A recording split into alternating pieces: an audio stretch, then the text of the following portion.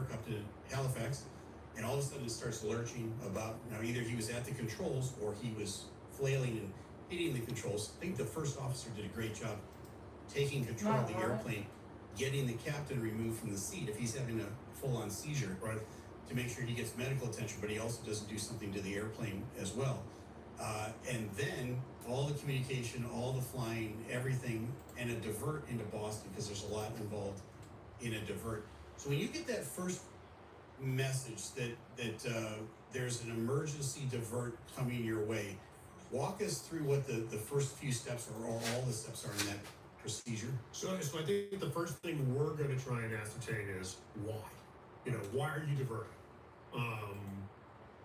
In this case, obviously medical reasons. And if it's a member of the crew, we're going to find out flight attendant or one of the people flying the airplane, because obviously you're going to treat it slightly differently, but you'd like to know. Fuel remaining, souls on board, if God forbid something really bad happens, the fire and rescue folks want that. And then, as I said, all the medical information. How old, what gender, where are they, any other pertinent medical information that we can pass on to the EMTs so they're as prepared as they can be to meet the airplane. Yeah, we've covered so many emergencies on this channel, and they always ask for the same stuff: souls on board, fuel state, and but sometimes the fuel state gets given in pounds, sometimes it gets given in hours, right? What's the difference between those two? So the ART folks, or the airport rescue and fire people, always want it in pounds. You give them hours remaining. Well, it's different for a Dash 8 than a 777. They want pounds. They want to know how much physical fuel is left in the airplane. Okay. All right. And why would you want hours? Is that for you? We don't want. I think the only time that hours is a pertinent piece of information if it's a diversion or emergency for low fuel. Yeah. But otherwise, we want pounds. Interesting. Okay, because the easiest thing for me as a pilot to give is the pounds. I can just look down for totalizer and say I got 79.8 thousand pounds of gas. The British guys give it in tons. I don't know if this is burning or I didn't put enough. Divide by 2,000. Tons. I've had it in kilos. This one may not be salvaged. I mean, I'm gonna eat it one way or another, but I'm gonna have to put more grease. See, I'm gonna have to. Now it's starting to cook. There you go. Maybe. I'll be able to eat this one. I'll eat it either way. Better than the other day where it turned out kind of weird. The DFO did a fantastic job. It's a Dash 8. Those are older airplanes, right? Remember Dash 8s back in the day? Well, I think, that one wasn't old, but I think it's the newer version. I would, and you know more about that. Let me. I didn't stay at a Holiday Inn, but I'm going to step onto your side of the street. I think it's probably a comparison between a 737-100 series and a Max 10. Yeah. It's the same airplane, but it's not really, really the same airplane. Does a Dash 8, because it's a 2-engine propeller airplane, and we'll throw up a picture here for you, but the Dash 8, is it slower than the jets that you have coming into Boston? Are you going to have to give everybody even more space around this Dash 8? I think they have the ability to slow more. Oh, I got a comment. How you doing doing today? Extra space. Joseph? One of the things we used to remember, and I used to teach people is, 7, 5, Lynette. 7, 11. Now, if I said it, how y'all doing? I'm sorry, I was looking at the thing. How y'all doing today? Thanks for tuning in. 4-hour Ag TV show. You having a good day in your neck of the woods? If you're gonna have to go to a hospital, Boston is probably one of the better places to go for sure. I got that. Awesome, and we're located in the Raleigh-Durham area. That's another good place. Y'all have a good day. It's a good place to do it because hello. Great hospitals down there. All right. If y'all type, I will respond. I'm doing my exercise in the morning. Praying for speedy recovery for the captain on that one. Thanks for the thumb up button. This one was really crushing. The B-52 accident. Hello? In anyone home? Edwards Air Force Base. And this I'll be watching my computer screen. We're going to introduce here a little bit. We're interviewing Max after. And don't tune out, folks, because Max is going to join us here on an interview. he did a fantastic video on this. I learned so much from his video, and he's just absolutely crushing it. But let's take a look at the aftermath now of this crash at Edwards. It's a B-52. The B-52 has been around forever. When I say forever, it's been around since the 1950s. I found something I could use as the first test flight in 1955. It's older than us. It is older than us, and that's hard to believe because we get, and here, let's hear in the comments, what's older than Kennedy Steve and Captain Steve? You can start out with Dirt. Dirt is older than the two of us. And the B-52. And the B-52. So I think there was like 700 plus of them built. There's down to like 75 of them still flying, which is just shocking to me. I've got this I can use as a spatula, but I'm going to wash A lot it. of different applications, and it was a one-off, and it crashes. Just Maybe, I don't want to, it's actually, Here's a look this is at not a spatula, what was left but I of thought the it'd be kind of runway. funny to No, use it's something. nothing I like could this. use It's this a end. little farther out. You can see the runway, and how they were thought just it'd be off to funny. the left side of the runway. Even farther out, right over here is where that little smoke is coming from. And you can see they took off from this direction, from the right to screen left. They got airborne right about here, and then they crashed right about here. And here's a picture of a B-52. The wingspan on the B-52 is wider than the length of the fuselage of the airplane. What have you heard about this accident, or what are your thoughts about it? You know, I think the initial first glance, first blush, something obviously catastrophic, Right. immediate, non-recoverable, because these are experienced aviators. Hopefully I get more viewers. who have When I get more thousands viewers, I can of respond to y'all in the chat line. You know, unfortunately, there's certain things that happen in aviation that. Now, see, I'm going to put more oil for the next egg because That's correct. this one was getting stuck. I've been in contact with one of the families from one of the deceased on this, and I'm not going to give up any details about it, but you're right, they're very, very experienced. This is not anybody's first flight, for sure, and just a tragedy. We don't know, the FAA and the NTSB don't look into these accidents. I don't think this is strictly military. Yeah. Yeah, so if they come out with a report. I'm on that diet where you only eat once a day, so I gained too much weight because I was eating all day. Now I'm going to flip the egg to cook the other side. But also the squadron that these guys were attached to, and all the families of everybody. I've been talking to the one family member, and everybody came out to Edwards. They've been having memorial services, and the initial shock is the suddenness of something like this is what really is very scary. Thanks to for people. tuning in. You know, I was in the military and with the airlines, and she just always Thinking about dreaded putting my name back to that Chef sudden Poop. phone call, right? My 9/11 story was I'm not a supposed to very be the good first chef. co-pilot on the first airplane that got hijacked. Somebody, a bunch of people got. Now I think that egg's done. We pulled up to their house that day and said, "Hey, I'm going to see was if your I husband, can was your wife that get was on that this airplane?" junk Because out. That's really hard. Maybe The not. suddenness of it all, and then you kind of rise for the scrape it, occasion. maybe? We got to get the family together, and there's going to be memorial services. The real ache of the grief will come weeks and months from now. Right? You've had some personal loss in your Well, I family. got to put the next egg in there and get this old egg out. And all of that stuff, the ache now sets in the months ahead because the normal routine is gone forever. You have to, It's new. it's the new normal. It's the new normal. Yeah. And so, again, these are service members, and they do a fantastic job, but they are risking it every single day, even on just a simple Let me training. see if I can get this. You know, I got my bacon in the sink, The military's but I got to cook the egg first.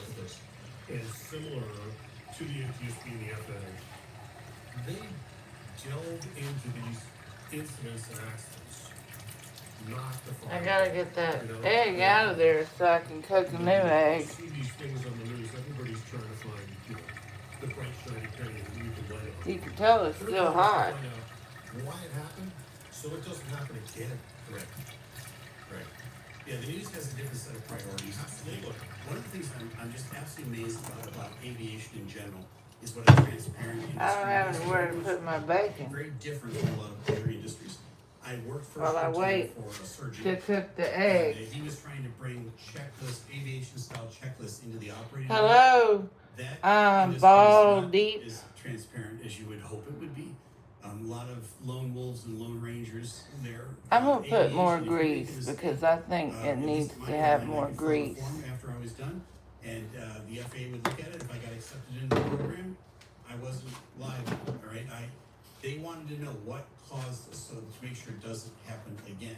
So we disseminate all the information, good, bad, and different in aviation, and it works. It's still the safest way to go, even though people go, well, I don't know, you guys cover a lot of accidents, you know. We do, but there's 104,000 takeoffs and landings a day around the planet, and if I cover a half a dozen where there was a dust up and no injuries and no accidents, out of all those millions, I'm gonna see this time if the egg turns out better The or transition worse. to adjust culture. Mhm. Even in the Because FAA, we wanna put and this, a remember, little bit of the like, seasoning on it. You know, if controllers had 3 deals or operational incidents, I'm on my TikTok, but I don't have another cell phone, and so that transition to I may just end it. organization that, controllers don't go to work to make mistakes. Right? If you set people up to fail, they will fail. And if a controller has an error, it's either a one-off, and if it's not a one-off, there are a lot of steps that probably should have been taken until it got to that point. Yeah. That's interesting. My occupation, your occupation, 100%. You have to be 100%, 100% of the time. Correct. And I always tell people, I go, look, this airplane's not going to go flying unless I think it's okay to go flying. Why? Because I'm in the airplane. I've got a deep personal interest in the safe outcome of this flight. I'm in this thing with you, literally. And same thing with you guys come together every day, prepared and on top of it. And there's Thanks like for tuning 0% in, Chef fallout, Poop Network. because it can have catastrophic consequences. Used to tell people I made 5,000 decisions a day and everyone had to be correct. Yes. Yeah.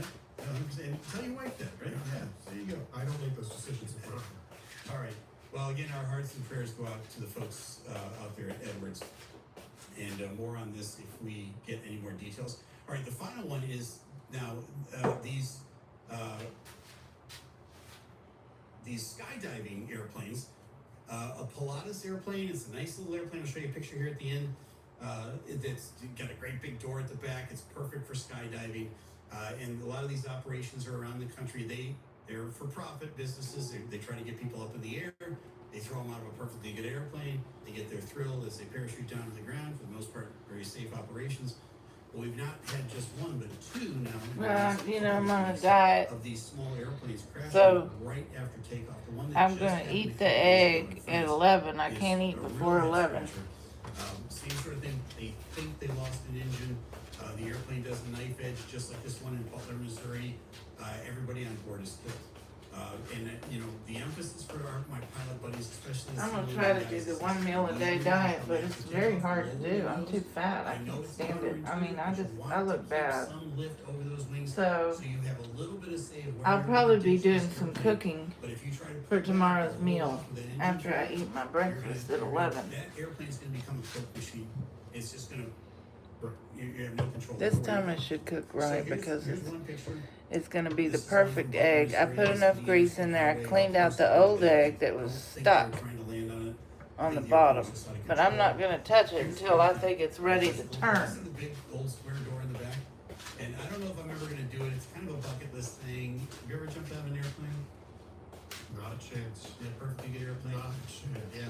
Well, my producer here, Captain Steve, he's trying to get me to do it because he's always looking for like new and exciting content. We're going to have an off-camera conversation about jumping out of an airplane. We'll talk about that afterwards. But this wasn't them jumping out of the airplane. This is the airplane itself. So they were all strapped in. There's the airport in Butler, just a single runway. And there's the interstate, and they were close to reaching that. You couldn't interstate. pay me money to if it was $1 billion, I'm still not jumping out of the They airline. ended up in this field right about here. Right, and everybody perishes. Now in France, it just happened again a couple days ago, same almost exact scenario. The difference in the French one is that they took off mid-field. I don't know why any pilot would ever take off with runway behind them. It's like fuel in the tank of the car that brings the fuel out to you. It doesn't do you any good in your airplane. runway behind you doesn't do you any good. And in the case where, let's say you've got way too much runway in front of you, why not take advantage of it? No, I'm definitely trying to cook that egg, and I'm definitely wanting to eat it when it cooks. But I've got to cook my bacon after I cook the eggs. I bet probably cook 3 or 4 eggs, maybe 3 eggs. Always take off One more as egg. as you possibly can, even if you're legal to take off on a short And I've got version of the runway. Have you looked at any of these, other than not wanting to jump out of an airplane? No, because I'm not going to jump out of an airplane. I think in all these cases, I'm sure. here's once the you other egg. Fly apart the onion and look at it. It's going to be the Swiss cheese model. It's not going to be one thing. Let's see if it's They're gonna doing be different. multiple Well, I things that can't have touch to it align until perfectly for something like this to it happen. cooks a little Engines more. don't just fail. Pilots don't just make mistakes. It's always. How y'all always doing looks today? like it's just one factor, and it just never is. It never is just one thing that breaks down an airplane, any accident, incident. It's always a combination of things. And many times, there was some chain of events that was taking place, and somebody saw it developing, but they either didn't say anything or do anything to stop it. And that's why speaking up and good communication is so important. And there's times where, as an air traffic controller, you see something developing, and you say something out loud. Hey, All the time. yeah, All the time. and you did it with humor, right? Well, Yeah, we tried to. yeah. So that's how you get famous. Well, you know what? It is funny in air traffic control. We used to tell people, especially new controllers, Right. because they get certified, they're working on their own, and they think they know everything. And when a controller certifies, they don't get to train people until they've been certified for a period of time, usually 6 months. Where right now? And you learn more training somebody else than you ever learned while you were training. Yeah. Because you have to let somebody else make the mistake, and then you have to fix it. And it's very different standing behind somebody watching, not being involved, but not having to do the thinking, Right. to do the speaking. Right. Allows you more time to do the thinking. Right. And come up with the perfect plan. Same thing in the cockpit. When you're going international, there's always a third pilot in the cockpit, so they sit kind of in between you on the jump seat. That's the best view in the cockpit because they see things that you don't see as one of the 2 pilots in the seat, and they'll always call it out first. Hey, Flay, what about this? Or hey, Captain, what about like that? And it's amazing how kind of almost tunnel vision you have sitting up there, but that best seat in the house. Right. So my brief always to my third pilot was, hey, you got the best view in the house, speak up, right? Use your best outdoor voice and let me know what's going on. And I love that. So speaking of that, this is a great transition now to talk about our main topic, which is kind of the aviation community on YouTube and in social media and the voices that now are growing and expanding. I've been at this for now just short of 2 years. You're kind of new to it.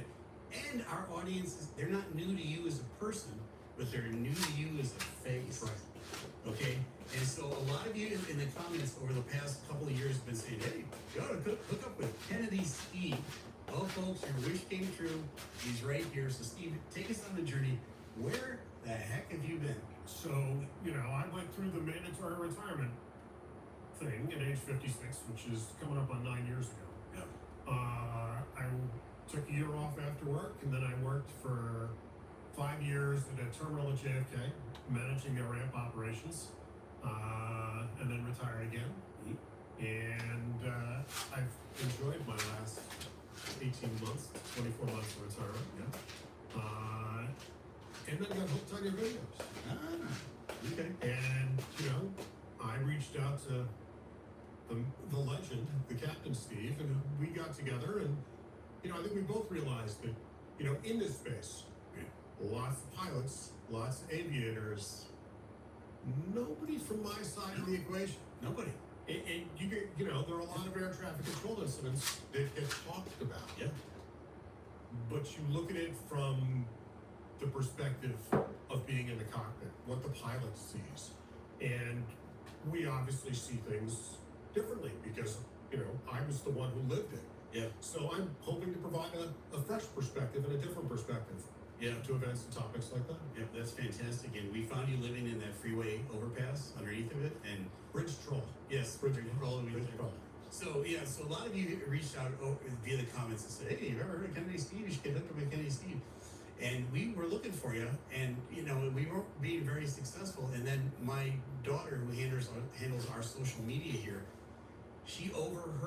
conversation, and she said, "Say that name again." I said, "Kennedy Steve." She goes, "Oh, he just reached out to us."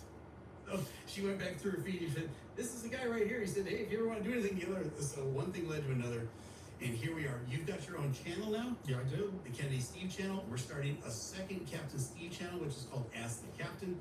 And you're probably on that channel right now, so go ahead and subscribe because you're going to want to get more from this guy. He's excellent. So we brought him into the fold here. He's got a lot of content coming up, and he's going to be my co-host here every week, or most every week, I guess, as we do the air show with the Captain and Kennedy. Give you all the perspectives of Yeah. what it's like at the airport. Right, and both of us have a face that's made for radio. Absolutely. Yes, old guys rule. All right, having said that, we have a face that's made for radio. Let's now go to our interview because we got a chance to talk to a guy named They Ryan are who kinda goes old. by Max Afterburner. This guy's been absolutely crushing it. To on me, YouTube. they're old. And not only that, but he is like the poster child for the handsome pilot, right? This guy's like sent from Central Casting. Absolutely fantastic interview with him.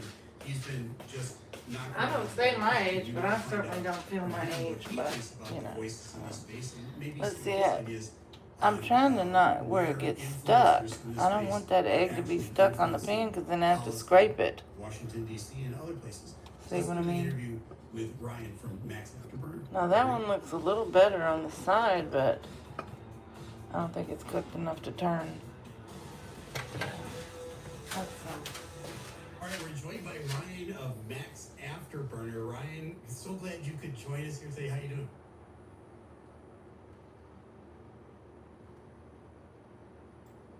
I've got my comments pulled up on my computer, so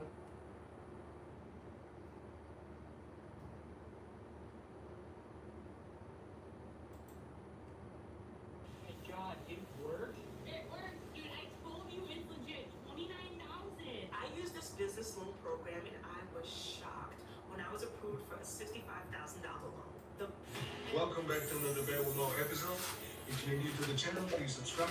And if you find this video helpful, go ahead and give it a thumbs up.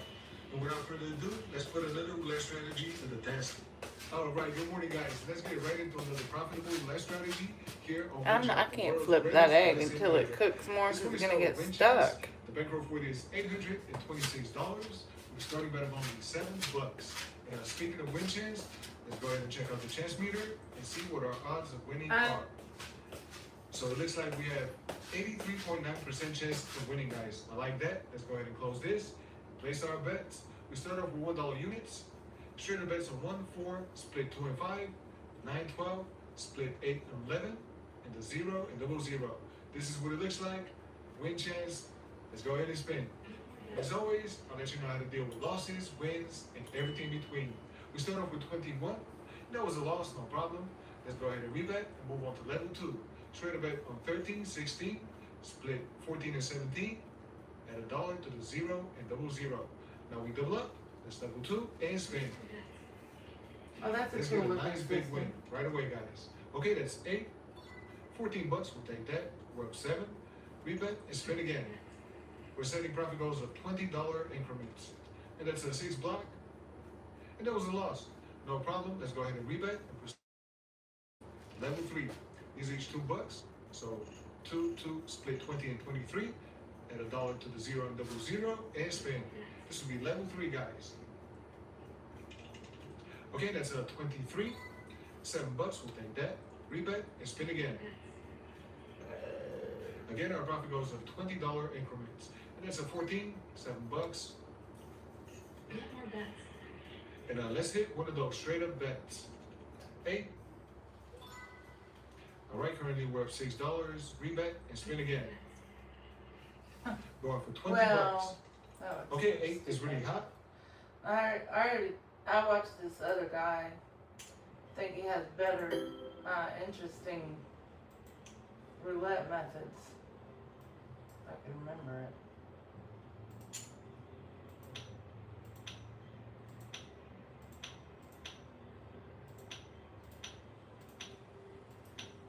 Oops.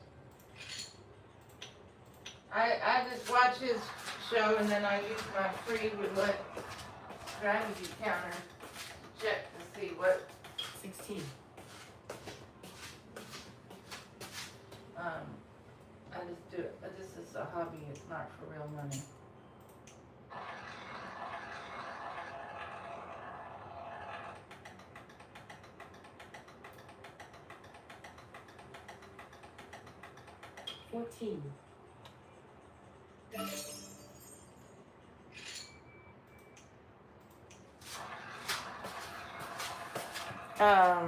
Now I don't know how long until I can turn that egg because it's cooking very low. So I'm gonna have to wait.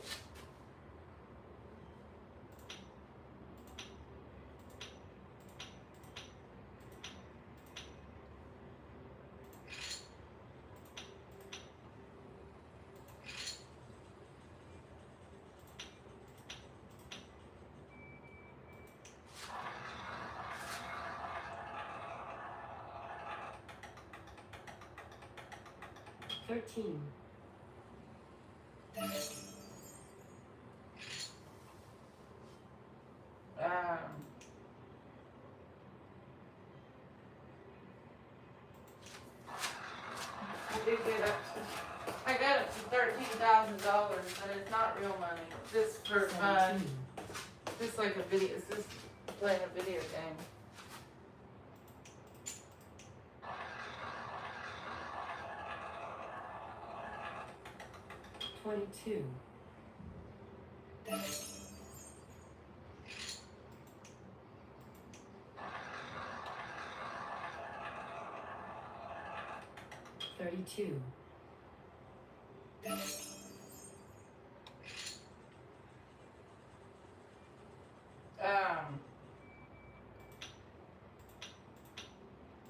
The roulette master guy, he does this, and he's had his channel for several years.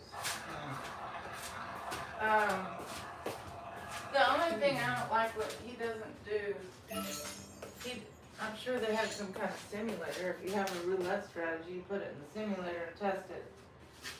I don't know. I have no idea. That egg is not ready to flip yet.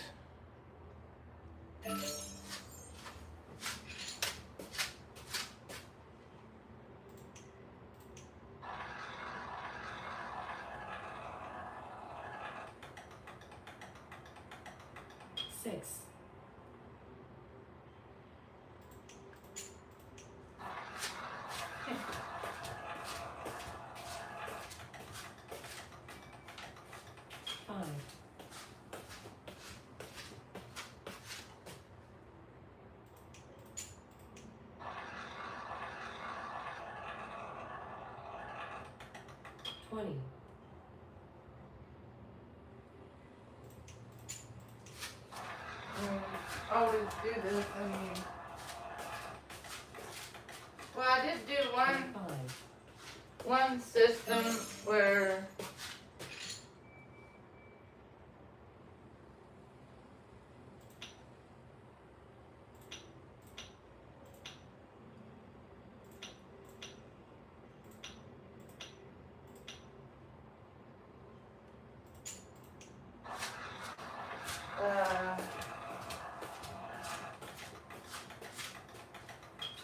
this one is called 9 Lives.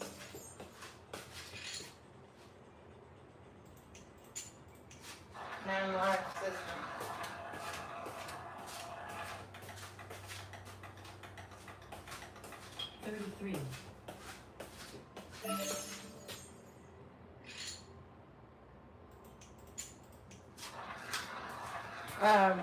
Some of these ones that they say, oh, the bankroller 2000, they're not really being realistic.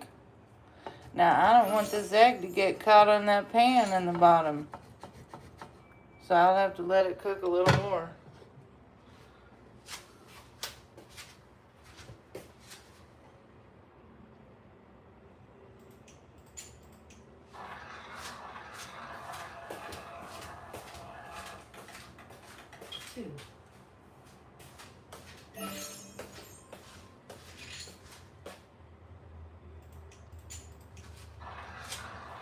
Double when you win. When you lose, go backwards.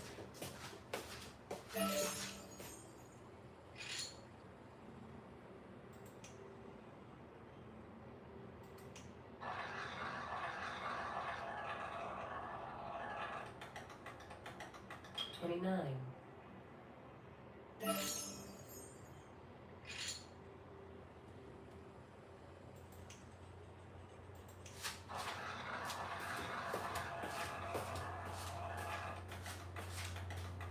$33.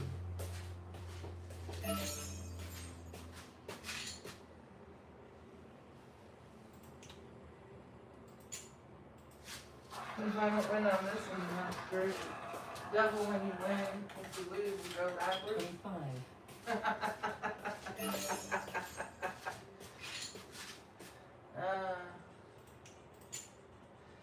Ooh.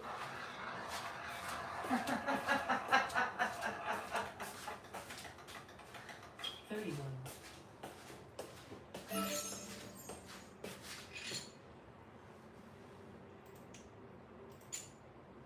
Yeah, that don't work.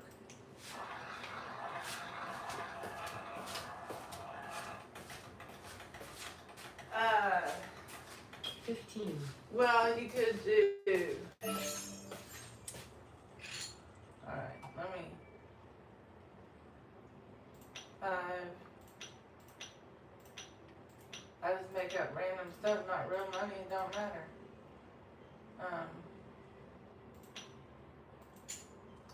Shit.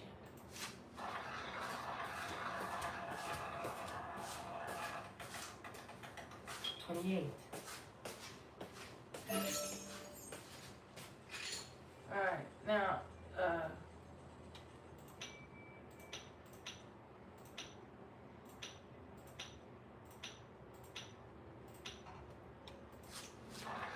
got it for $10,671. Wish it was real money. Wouldn't do roulette for real money, but I'm just doing it on the video game, you know. Now that egg is starting to cook. Let's